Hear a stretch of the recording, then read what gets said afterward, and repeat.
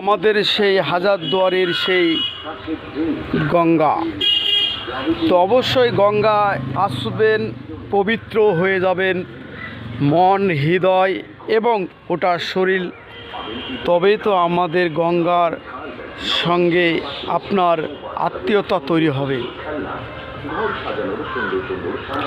তো সেই হাজারদুয়ারির পাশে আমাদের গঙ্গার সেই স্রোত চলে যাচ্ছে, আর আমাদের সেই পাক পবিত্র হতে হবে গঙ্গায় স্নান করে।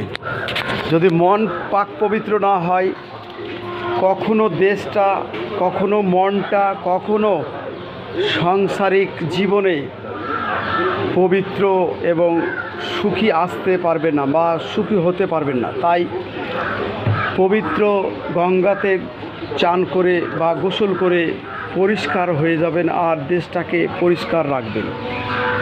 এই চাচার দোকানে আমি আসি, হাজারদুয়ারির পিছনে ব্রিজের পাশে এই সানগ্লাস কিনতে আসি আমি। তো ইনি ভালো মনের মানুষ, এই কারণে আমি এখানে সানগ্লাসগুলো কেনাকাটা করি।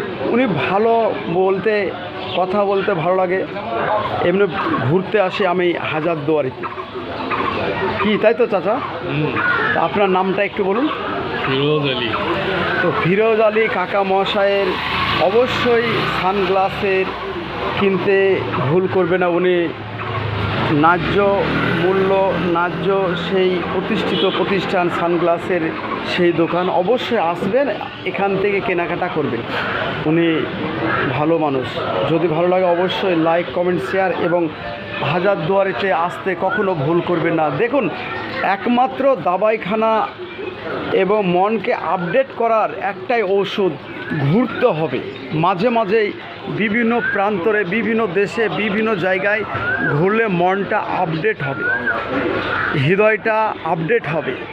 কখনো আমাদের পুরী, কখনো দীঘা, কখনো রাজস্থান, কখনো আমাদের ভিক্টোরিয়া, বিভিন্ন জায়গায় আমরা ঘুরি। কেন? মনকে আপডেট করার জন্য, মনকে খুশি করার জন্য। তো অবশ্যই আমাদের হাজারদুয়ারিতে আসতে কখনো ভুল করবেন না। অন্তরস্থল, অন্তর্মহল থেকে আমার শুভেচ্ছা জানিয়ে দিলাম।